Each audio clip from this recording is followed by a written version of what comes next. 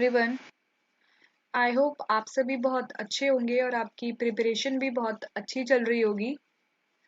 आज की अपनी इस वीडियो में हम शुरू करने वाले हैं लेक्चर नंबर 17, जिसमें आज हम रीजनिंग का नया टॉपिक देखेंगे, सिटिंग अरेंजमेंट। मैंने अपनी प्रीवियस वीडियोस में आपको एप्टीट्यूड से रिलेटेड 2-3 टॉपिक्स एंड उनके एक्सप्लेनेशन प्रोवाइड करवाए हैं। अगर आपने मेरी वो वीडियोस नहीं देखी है तो प्लीज़ उसको जाके देखिए। वो एग्ज़ाम पॉइंट ऑफ व्यू से और आपके आपके बेसिक को कवर करने के लिए काफ़ी इंपॉर्टेंट है एंड यूजफुल है।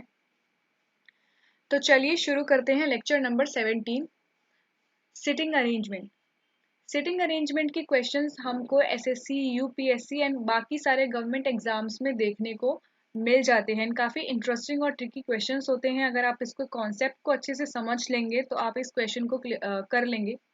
और सिटिंग अरेंजमेंट के क्वेश्चन कुछ ऐसे होते हैं कि आपको एक अच्छी खासी 4-5 स्टेटमेंट्स दे दी जाती हैं एंड उन्हीं 4-5 स्टेटमेंट से आपको सिटिंग अरेंजमेंट बनाना है। उन कंडीशंस का यूज करते हुए, जो भी आपको कंडीशंस दी गई हैं उन कंडीशंस का यूज करते हुए आपको पता लगाना है कि कौन सा पर्सन किसके किस तरफ बैठा है।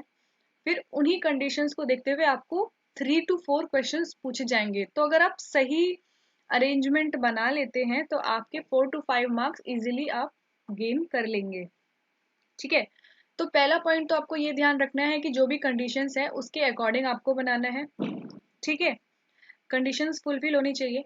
और दूसरी चीज ये है कि अगर क्वेश्चन में जो बैठे हुए लोग हैं उनके फेस की डायरेक्शन ना दी हो, फेस डायरेक्शन अगर नहीं दी है तो हम कंसीडर कर लेते हैं जिस डायरेक्शन में हम बैठे हैं या जिस डायरेक्शन में आपका फेस है उसी डायरेक्शन में आप मान लो वो लोग भी बैठे हैं, योर डायरेक्शन। ठीक है, ये तब मानना है जब आपको डायरेक्शन क्वेश्चन में गिवन नहीं है। बट अगर आपको डायरेक्शन दे दी गई है तो आप जिस डायरेक्शन को आपको क्वेश्चन में बोला गया है आपको सेटिंग अरेंजमेंट उधर की तरफ ही शो करते हुए चलना है, मानते हुए चलना है। बहुत सी क्वेश्चन में आपको दिखेगी डायरेक्शन नॉर्थ, कि जो भी लोग बैठे हैं उनका जो फेस है वो नॉर्थ की तरफ है। तो मैं इस चीज में आपको ये बता देना चाहती हूँ कि नॉर्थ अगर आप मान रहे हैं ना, तो जैसे अगर आप कभी भी डायरेक्शंस बनाते हैं तो east, west, north, south, it means कि उधर की तरफ फेस है। ठीक है, उधर की तरफ फेस है या सामने की तरफ फेस है। बट ऐसा मत करने लगना कि आप जिस एग्जामिनेशन हॉल में बैठे हैं वहां से आप सन की डायरेक्शन पता लगा के नॉर्थ पता लगा रहे हैं, ऐसा मत करना। ठीक है, उसको सन की डायरेक्शन से कोई लेना देना नहीं है।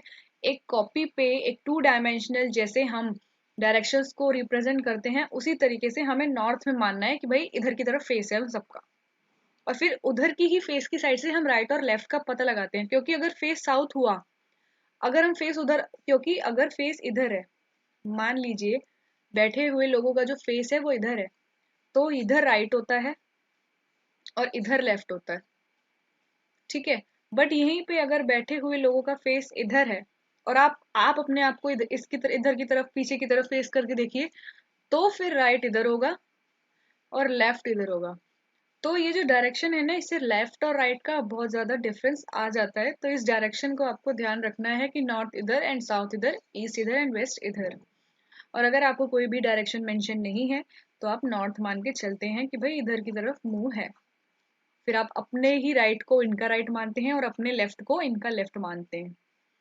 ठीक है, तो ये कुछ पॉइंट्स हैं जो कि इंपॉर्टेंट है सिटिंग अरेंजमेंट को जानने के लिए। चलिए इससे रिलेटेड एक क्वेश्चन देखते हैं। एक क्वेश्चन है, A, B, C, D, E, F, G and H are sitting in a row facing north। A, B, C, D, E, F, G, H total 8 लोग हैं, ये एक रो में बैठे हैं। एक सिंपल रो है, ऐसे एक रो है, इसमें बैठे हैं और बोला है फेस जो है नॉर्थ की टूवर्ड्स है। ठीक है, पहली कंडीशन दी गई है, A is fourth to the right of E. A जो है वो ई के राइट में फोर्थ नंबर पे है। ठीक है, तो मैं लिख देती हूँ, ए जो है वो फोर्थ नंबर पे बैठा है, किसके राइट में, ई के। मान लीजिए ई यहाँ है और ए उसके राइट में बैठा है फोर्थ पे, यानी कि बीच में 1 2 3 कोई 3 चीजें आनी है। ठीक है, इधर है राइट, इधर है राइट एंड इधर है लेफ्ट। ओके, तो पहली कंडीशन को पढ़ के हमने लिख लिया कि ए जो है fourth to the right of E, E के राइट में, ई का राइट आपका राइट है, ठीक है, तो ई के राइट में फोर्थ पे ए है। फिर दूसरी कंडीशन है H is fourth to the left of D, H जो है फोर्थ है डी के लेफ्ट से, तो अगर डी इधर है, टोटल अल्फाबेट है 1 2 3 4 5 6 7 8, अच्छा, तो अगर डी इधर है तो डी के फोर्थ, 1 2, तीसरा ये खुद है, डी के फोर्थ है एच, क्योंकि बोला है H is fourth to the left of D, तो डी को आप कॉर्नर में करेंगे तभी तो उसके लेफ्ट में आप 4 को बिठा पाएंगे, अगर आप यहाँ डी लिख देते हो तो कहाँ उसको आप लेके जाओगे, ठीक है, तो उसके गैप तो यहाँ पे 1 2 3 4 5 6 7 8, यानी कि ये 8 लोग हैं और ये इसी में आ जाने चाहिए। अगर आपने डी यहाँ लिख दिया होता ई के साइड में तो यहाँ तो कोई बैठा ही नहीं है, तो आप वहां कैसे बिठा सकते हो, ई ही सबसे कॉर्नर में होगा, वो आपको भी पता चल जाएगा। तो पहली कंडीशन कर ली। सेकंड है एच जो है वो fourth to the left of D, D के लेफ्ट में फोर्थ पे, तो 1 2 3 फोर्थ पे एच। थर्ड कंडीशन है जैसे जैसे आपको दिया बस वैसे वैसे बनाते रहिए, आपको सिटिंग अरेंजमेंट खुद ही मिल जाएगी। फिर बोला है C and F which are not at the ends, C और एफ हैं और वो कॉर्नर पे नहीं है, तो आपको दिख रहा है यहाँ तो ऑलरेडी एंड्स पे ई और डी है, सी और एफ नहीं है, तो बिल्कुल नहीं है, ठीक है। और are neighbours of B which are not at the ends are neighbours of B and E respectively, जो कि एंड्स पे नहीं है और जो बी और ई हैं उनके नेबर्स हैं, सी और एफ जो हैं बी और ई के ना नेबर्स हैं, सी जो है बी का नेबर है और एफ है ई का नेबर, बट कंफ्यूजन ये है कि सी को यहाँ रखना है या यहाँ, या एफ को यहाँ रखना है यहाँ, तो अभी आप रुके रहिए, अभी अगली कंडीशन देखते हैं, जब कंडीशन में समझ में आया तो नेक्स्ट पे देखते हैं। H is next to the left of A, बोला है एच जो है वो ए के लेफ्ट में है, तो बिल्कुल वो तो ऑलरेडी लिखा हुआ है, डी की कंडीशन बिल्कुल ऐसी थी ही कि ए ऑलरेडी उसके लेफ्ट में नेक्स्ट पे था, A is the neighbour of B, अब इन्होंने बोल दिया ना कि ए जो है वो बी का नेबर है, नेबर है बिल्कुल जस्ट टच पड़ोसी होगा वो उसका। अब आपको ये बी पता चल गया, अब आप समझ पाएंगे, तो बोला है सी और एफ जो है वो एंड्स पे नहीं है, तो इस लाइन को तो हटा दो, गायब कर दो। फिर बोला है are neighbour of B, C neighbour है बी का, तो अगर बी यहाँ है तो सी यहाँ, और एफ नेबर है ई का, तो एफ नेबर है ई का ना, तो एफ नेबर है ई का, sorry sorry, B and E, F neighbour है ई का तो एफ यहीं रहेगा, ये कहीं नहीं जाएगा, ये खाली जगह, एफ नेबर है ई का तो वो ई से चिपक के रहेगा, तो कौन कौन से लेटर हो गए, ए हो गया, बी हो गया, सी हो गया, डी हो गया, ई, एफ, रह क्या गया जी, तो जो एक ये खाली बचा है ये है जी की जगह, समझे, इसको मैं एक बार क्लियरली लिख देती हूँ, आपको यहाँ कंफ्यूजन ना हो जाए।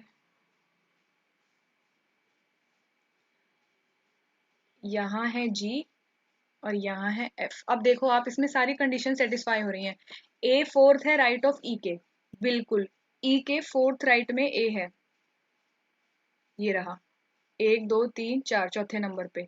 फिर बोला है H is fourth left to D, H left में है और फोर्थ नंबर पे डी से, बिल्कुल है।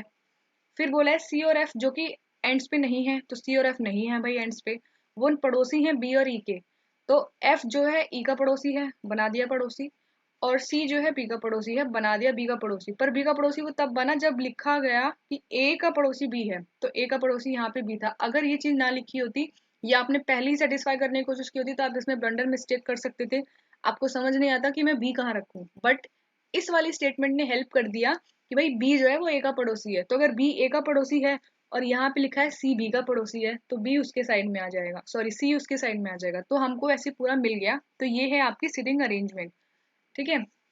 तो आपसे क्वेश्चन है who is sitting at the extreme ends, सबसे कॉर्नर्स पे कौन बैठा है, सबसे कॉर्नर पे बैठा है ई एंड डी, तो इसका आंसर है सबसे कॉर्नर पे कौन बैठा है, ई एंड डी, बस एक इतने से क्वेश्चन के लिए आपको इतनी माथापंची करनी है और ये आपको प्रैक्टिस से ही आएगा, ठीक है।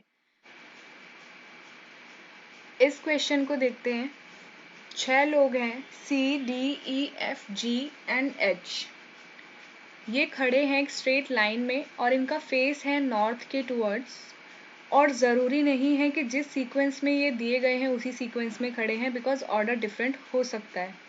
ठीक है, तो फेस है नॉर्थ, इधर की तरफ है फेस नॉर्थ में, तो अगर फेस नॉर्थ में है तो राइट होगा इधर।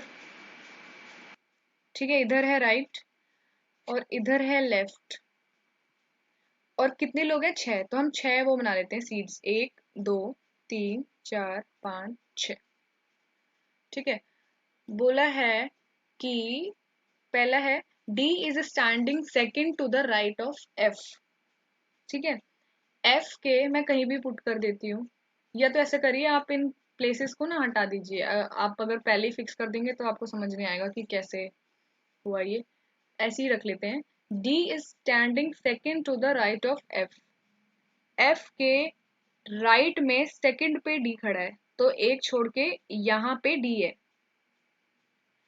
ठीक है, सेकंड पे डी है, फर्स्ट छोड़ के सेकंड पे डी है, बिकॉज डी जो है उसके जस्ट इमीडिएट साइड पे नहीं है, उसका सेकंड में है, एक छोड़ के सेकंड पे है राइट में।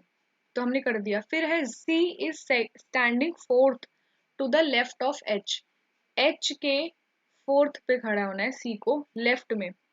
तो अगर मैं एच यहाँ रख दूं, और यहाँ पे अगली लाइन में ये बोला है H is not standing on the extreme end of the line. H जो है वो कॉर्नर में नहीं है, तो यहाँ कॉर्नर में कुछ और है, तो मैं मान लेती हूँ एच यहाँ है। एच के फोर्थ पे सी है, 1 2 3, फोर्थ पे सी है उसके लेफ्ट में, फोर्थ लेफ्ट में। ठीक है, और एच जो है एक्सट्रीम एंड पे नहीं है। और E is standing second to the right of D. E जो है डी के राइट में सेकंड है, डी के राइट में सेकंड फर्स्ट ये है, और डी के राइट में सेकंड है ये, और ई है यहाँ। तो C D E F H हो गया, रह क्या गया? जी, तो बची एक ही जगह है, यहाँ पे है जी। तो ये है आपका सीक्वेंस। ठीक है, आपका सीक्वेंस है C F G D H E. आप देख सकते हैं सारी कंडीशन इस पे सेटिस्फाई कर रही हैं। ठीक है, पहली कंडीशन थी कि डी स्टैंड कर रहा है सेकंड पे एफ के, तो बिल्कुल सेकंड पे है। फिर कंडीशन थी सी जो है वो फोर्थ है लेफ्ट एच के, बिल्कुल। फिर बोला है जो एच है वो एंड में नहीं है, तो बिल्कुल एंड में नहीं है वो। और क्या बोला है? E is standing second to the right of D, और ई जो है डी के राइट में सेकंड पे भी है। तो आपका सीक्वेंस है C F G D H E. तो चलिए इससे रिलेटेड क्वेश्चंस देखते हैं। सीक्वेंस है C F G D H और ई, ये है आपका सीक्वेंस। ठीक है, अब देखते हैं what is the position of G with respect to E. G की क्या पोजीशन है ई के रिस्पेक्ट में? तो जी जो है ई के 1 2 3 थर्ड लेफ्ट। ठीक है, थर्ड टू द लेफ्ट है वो, थर्ड नंबर पे है और ई के लेफ्ट में, तो it means option B is the correct answer, third to the left. फिर उसके बाद है which of the following pair represent the people standing at the extreme ends of the line. उस लाइन के एक्सट्रीम में कौन कौन है? एंड्स पे सी और ई। तो ऑप्शन देखते हैं, एफ एच क्या ये है? नहीं। सी ई तो यही है, because D E extreme end नहीं है और सी एच भी एक्सट्रीम एंड नहीं है, तो C E is the correct option. फिर है who is standing second to the right of C. C के राइट में सेकंड पे कौन है? फर्स्ट पे ये है, सेकंड पे जी है। क्या जी ऑप्शन में है? बिल्कुल, option C is the correct answer. देखा आपने, एक सीक्वेंस बनाया और उसी सीक्वेंस से 4 क्वेश्चन आपसे पूछ लिए गए। अगर आपका सीक्वेंस करेक्ट निकला तो आप 4 मार्क्स इमीडिएटली गेन कर लेंगे। लास्ट पार्ट में बोला है if all the people are asked to stand in alphabetical order from left to right, the position of how many will remain unchanged। अभी उनकी पोजीशन ये है, और अगर इन्हें अल्फाबेटिकली खड़ा रहने को कह दिया जाए कि जैसे जो पहले आता है उसको पहले रखना है, तो जैसे कि सी, फिर डी, ई, एफ, जी, एच, तो ऐसे कितने अल्फाबेट हैं जिनकी रिमेन अनचेंज रही? तो यहाँ सी है पहले भी और अब भी, अगर वो अल्फाबेटिकली खड़ा होता तो। एक बाकी सबकी अलग अलग पोजीशन है, तो सी इज द ओनली अल्फाबेट, यानी कि आंसर इज 1। ठीक है, अब अगला क्वेश्चन देखते हैं। 6 girls A B K D E and P, 6 लड़कियां हैं और ये एक रो में खड़ी है और इसमें कोई भी फेस की डायरेक्शन नहीं दी है, तो हम खुद ही मान लेते हैं कि जो फेस की डायरेक्शन है वो नॉर्थ है। तो अगर नॉर्थ है तो राइट इधर है और लेफ्ट इधर है। ठीक है, पहली कंडीशन आपको दी गई है जो वो है B is between D and P। B जो है D और P के बीच में है। ठीक है, पहली कंडीशन थी, हमने लिख दिया कि B जो है D और P के बीच में है। A does not stand next to either P और D। A जो है वो ना तो D के नेक्स्ट आनी है ना P के नेक्स्ट है। ठीक है, वो इन दोनों के बगल में तो खड़ी ही नहीं होगी। फिर आगे देखते हैं, तो फिर कहाँ खड़ी होगी वो आगे पता चलेगा। K does not stand next to D, और K जो है वो D के बगल में नहीं खड़ा होगा।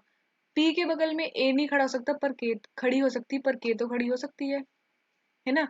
यहाँ पे A के लिए थी ये बात कि A जो है वो ना तो D के बगल में होगी ना P के बगल में होगी, पर K जो है वो सिर्फ D के बगल में नहीं होगी, तो वो P के बगल में खड़ी हो सकती है, तो हमने उसको P के साइड में खड़ा कर दिया। फिर पूछा है और फिर बोला है E stands between A and K, और E जो है वो A और K के बीच में है, तो ये रहा K, ये रही K, एंड E जो है in between A and K, तो इधर A है। अगर A इधर नहीं लिखेंगे तो वो बिटवीन A और K कैसे होगा, E है ना। तो E जो है A और K के बीच में खड़ी होगी, तो ये वाली जो है यहाँ पे कोई एग्जिस्ट ही नहीं करता। ठीक है, तो आपका सीक्वेंस हो गया DBPKEA।